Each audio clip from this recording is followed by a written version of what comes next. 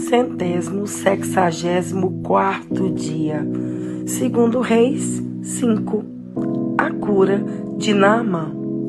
Naamã, o comandante do exército da Síria, era muito respeitado e estimado pelo rei do seu país, porque, por meio de Naamã, o Senhor Deus tinha dado a vitória ao exército dos sírios. Ele era um soldado valente, mas sofria de uma terrível doença na pele. Num dos seus ataques contra Israel, os sírios havia levado como prisioneira uma menina israelita, que ficou sendo escrava da mulher de Naamã. Um dia, a menina disse à patroa: "Eu gostaria que o meu patrão fosse falar com o profeta, que mora em Samaria, pois ele o curaria da sua doença." Então, Naamã foi falar com o rei e contou o que a menina tinha dito. E o rei ordenou: "Vá falar com o rei de Israel e entregue esta carta a ele." Então, Naamã saiu, levando uns 350 quilos de prata e uns 70 quilos de ouro e 10 mudas de roupas finas. A carta que ele levava dizia assim: "Esta carta é para apresentar Naamã, que é meu oficial. Eu quero que você o cure." Quando o rei de Israel leu a carta, rasgou as suas roupas em sinal de medo e exclamou: "Como é que o rei da Síria quer que eu cure este homem? Será que ele pensa que eu sou Deus e que tenho o poder de dar a vida e tirá-la? Ele está querendo briga." O profeta Eliseu soube do que havia acontecido e mandou dizer ao rei: "Por que o Senhor está tão preocupado? Mande que esse homem venha falar comigo, e eu mostrarei a ele que há um profeta em Israel." Então, Naamã foi com os seus cavalos e carros e parou na porta da casa de Eliseu. Eliseu mandou que um empregado saísse e dissesse a ele que fosse se lavar 7 vezes no Rio Jordão, pois assim ficaria completamente curado da sua doença. Mas Naamã ficou muito zangado e disse: "Eu pensava que pelo menos o profeta ia sair e falar comigo, e que oraria ao Senhor seu Deus, e que passaria a mão sobre o lugar doente e me curaria. Além disso, por acaso, os rios Abana e Farpar, em Damasco, não são melhores do que qualquer rio da terra de Israel? Será que eu não poderia me lavar neles e ficar curado?" E foi embora muito bravo. Então, os seus empregados foram até o lugar onde ele estava e disseram: "Se o profeta mandasse o Senhor fazer alguma coisa difícil, por acaso o Senhor não faria? Por que é que o Senhor não pode ir se lavar, como ele disse, e ficar curado?" Então, Naamã desceu até o rio Jordão e mergulhou 7 vezes, como Eliseu tinha dito, e ficou completamente curado. A sua carne ficou firme e sadia, como a de uma criança. Depois, ele voltou com todos os seus homens até o lugar onde Eliseu estava e disse: "Agora eu sei que no mundo inteiro não existe nenhum Deus, a não ser o Deus de Israel. Aceite um presente meu, por favor."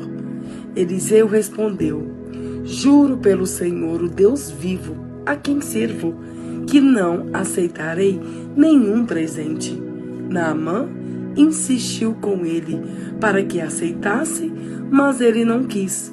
Aí Naamã disse: "Já que o Senhor não quer aceitar o meu presente, então deixe que eu leve para casa 2 mulas carregadas de terra, pois de agora em diante eu não vou oferecer sacrifícios e ofertas que são completamente queimadas a nenhum Deus, a não ser a Deus do Senhor." Mas eu gostaria que ele me perdoasse uma coisa, que é a seguinte: quando eu tiver de acompanhar o meu rei ao templo de Rimon, o Deus da Síria, para lhe adorar, eu vou ter de adorá-lo também. Que o Senhor Deus me perdoe por isso. Eliseu disse: adeus, boa viagem. Quando Naamã já estava um pouco longe, Geazi, o empregado de Eliseu, começou a pensar: o meu patrão deixou que Naamã fosse embora sem pagar nada. Ele devia ter aceitado o que o sírio estava oferecendo. Juro pelo Senhor, o Deus vivo, que vou correr atrás dele e receber alguma coisa. Então Geazi saiu correndo. Quando Naamã viu que um homem vinha correndo atrás dele, desceu do carro e perguntou: aconteceu alguma coisa? Não, respondeu Geazi, mas o meu patrão mandou dizer que agora mesmo chegaram 2 membros de um grupo de profetas da região montanhosa de Efraim. Então, ele gostaria que o Senhor desse a ele uns 30 quilos de prata e 2 mudas de roupas finas. Naamã disse: por favor, leve 60 quilos de prata. E insistiu com ele. Então, pôs a prata em 2 sacos, entregou a prata e as 2 mudas de roupas finas a 2 dos seus empregados e mandou que eles fossem na frente de Geazi. Quando eles chegaram ao morro onde Eliseu morava, Geazi pegou os 2 sacos e carregou-os para dentro de casa. Depois mandou embora os empregados de Naamã. Entrou em casa de novo e foi falar com Eliseu. Este perguntou: onde é que você foi? Eu não fui a lugar nenhum, respondeu Geazi. Mas Eliseu disse: o meu espírito estava com você quando aquele homem desceu do carro para falar com você.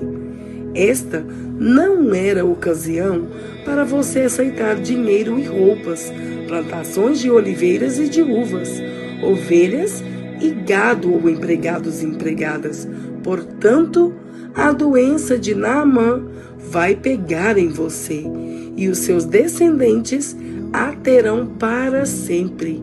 Quando saiu dali, Geazi tinha pegado a doença e a sua pele estava branca como a neve. 2 Reis 6. Eliseu faz um machado boiar. Eliseu dirigia um grupo de profetas. Um dia, eles lhe pediram: o lugar onde moramos com você é muito pequeno. Dê licença para irmos até o Rio Jordão a fim de cortar algumas árvores. Com elas, construiremos uma casa para a gente morar. Podem ir, respondeu Eliseu. Um dos profetas insistiu que Eliseu fosse com eles. Eliseu aceitou e eles saíram juntos. Quando chegaram ao Jordão, começaram a trabalhar. Um deles estava cortando uma árvore, quando de repente o ferro do seu machado escapou do cabo e caiu na água. O que eu vou fazer, Senhor? Gritou ele para Eliseu. O machado era emprestado. Onde foi que ele caiu? Perguntou Eliseu. O homem mostrou o lugar. Então Eliseu cortou um pedaço de pau, jogou na água e fez o machado boiar. Pegue-o, mandou ele, e o homem esticou o braço e o pegou. O exército dos sírios é derrotado. O rei da Síria estava em guerra contra Israel. Ele pediu conselhos aos seus oficiais e escolheu um lugar para armar o seu acampamento. Mas o profeta Eliseu mandou um recado ao rei de Israel, avisando-lhe que não fosse para perto daquele lugar, pois os sírios estavam ali esperando escondidos para atacá-lo. Então, o rei de Israel avisou os homens que moravam naquele lugar e eles ficaram alerta. Isso aconteceu várias vezes. O rei da Síria ficou muito aborrecido.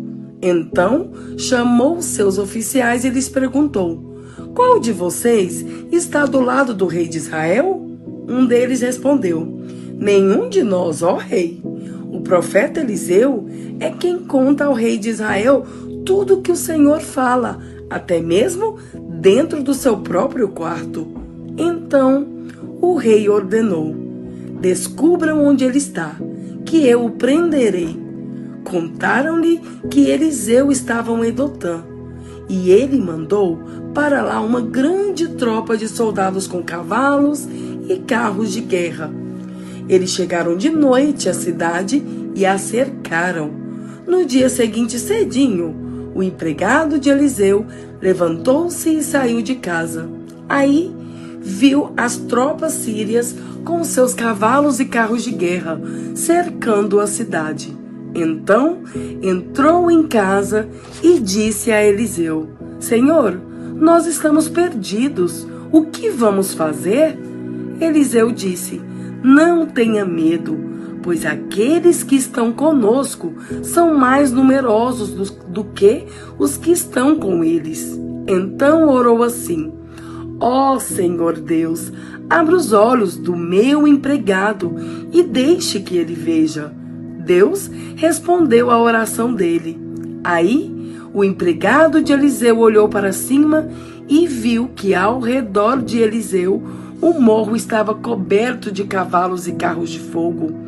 Quando os sírios atacaram, Eliseu orou assim: ó Senhor Deus, faze com que esses homens fiquem cegos.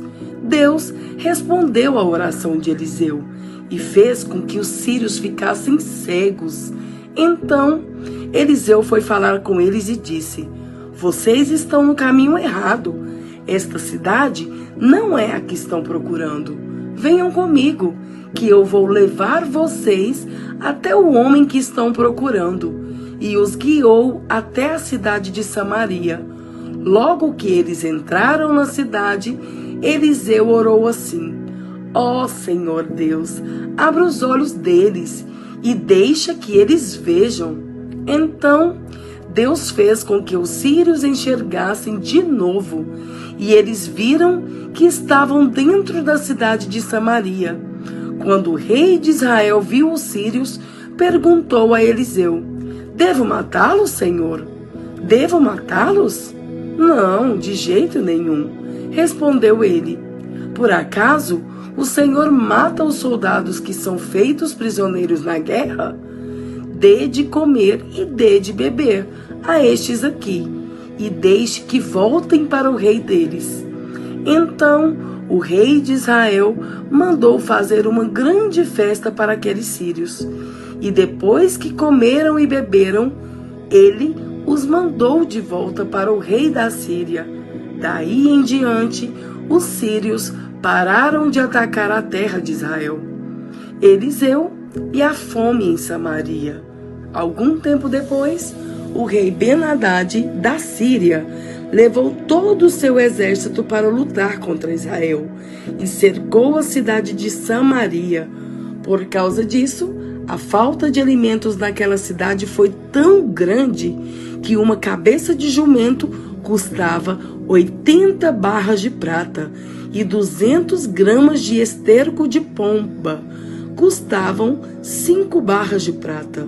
Certo dia, o rei de Israel estava passando por cima da muralha da cidade, quando uma mulher gritou para ele: ó rei, meu senhor, me ajude. Ele respondeu: se o Senhor Deus não ajudar você, como é que eu posso ajudá-la? Você pensa que eu tenho trigo ou vinho? Mas diga, qual é o seu problema? Ela respondeu: outro dia, esta mulher me disse: vamos comer o seu filho hoje, e amanhã comeremos o meu. Então, nós cozinhamos o meu filho e o comemos. No dia seguinte, eu disse que era a vez de comermos o filho dela, mas ela o escondeu. Ao ouvir isso, o rei rasgou as suas roupas em sinal de desgosto, e as pessoas que estavam perto da muralha viram que por debaixo das suas roupas ele estava vestido com roupa de pano grosseiro. E o rei gritou: que Deus me mate, se antes que o dia acabe, eu não mandar cortar a cabeça de Eliseu, filho da Safate. E mandou que o mensageiro fosse buscá-lo. Enquanto isso, Eliseu estava em casa com alguns líderes do povo, que haviam ido visitá-lo. Antes que o mensageiro do rei chegasse, Eliseu disse aos líderes: aquele assassino está mandando alguém para me matar. Por isso, quando ele chegar, fechem a porta e não deixe que entre. O próprio rei virá logo depois dele. Eliseu ainda estava falando com eles quando o rei chegou e disse: Salmos 137. Saudades da pátria. Sentados na beira dos rios da Babilônia, chorávamos quando lembrávamos de Jerusalém. Penduramos as nossas liras das árvores que havia ali. Aqueles que nos levaram como prisioneiros mandavam que cantássemos. Eles diziam: cantem para nós as canções de Sião. Mas, em terra estrangeira, como podemos cantar um hino a Deus o Senhor? Que nunca mais eu possa tocar harpa, se esquecer de você, ó Jerusalém. Que nunca mais eu possa cantar, se não lembrar de você, se não pensar em você, como a maior alegria da minha vida. Lembra, ó Senhor Deus, do que os edomitas fizeram no dia em que Jerusalém foi conquistada? Lembra de como diziam: arrasem Jerusalém até o chão. Babilônia, você será destruída. Feliz aquele que fizer com você o mesmo que você fez conosco. Aquele que pegar as suas crianças e Salmos 138. Oração de agradecimento. Ó Senhor Deus, eu te agradeço de todo o coração. Diante de todos os deuses eu canto hinos de louvor a ti.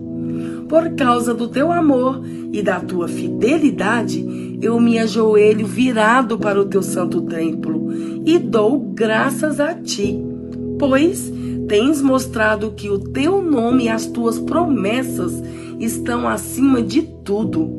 Quando te chamei, tu me respondeste, e com o teu poder aumentaste as minhas forças. Ó Senhor Deus, todos os reis da terra te louvarão.